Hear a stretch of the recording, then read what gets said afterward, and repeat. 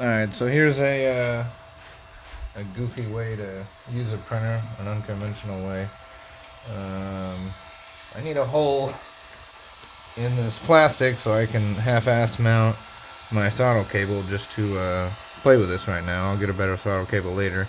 Had this printer already apart here, and I don't have a soldering iron or anything else, so I'm just gonna literally let this bitch heat up and we'll melt the plastic.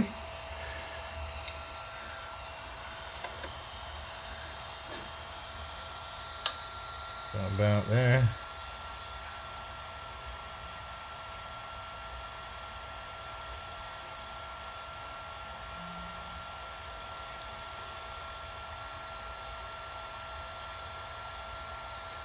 There it is. Okay, let's stop it.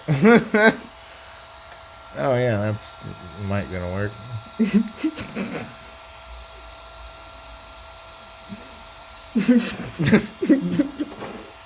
Yeah, master mechanic. All the brain cells.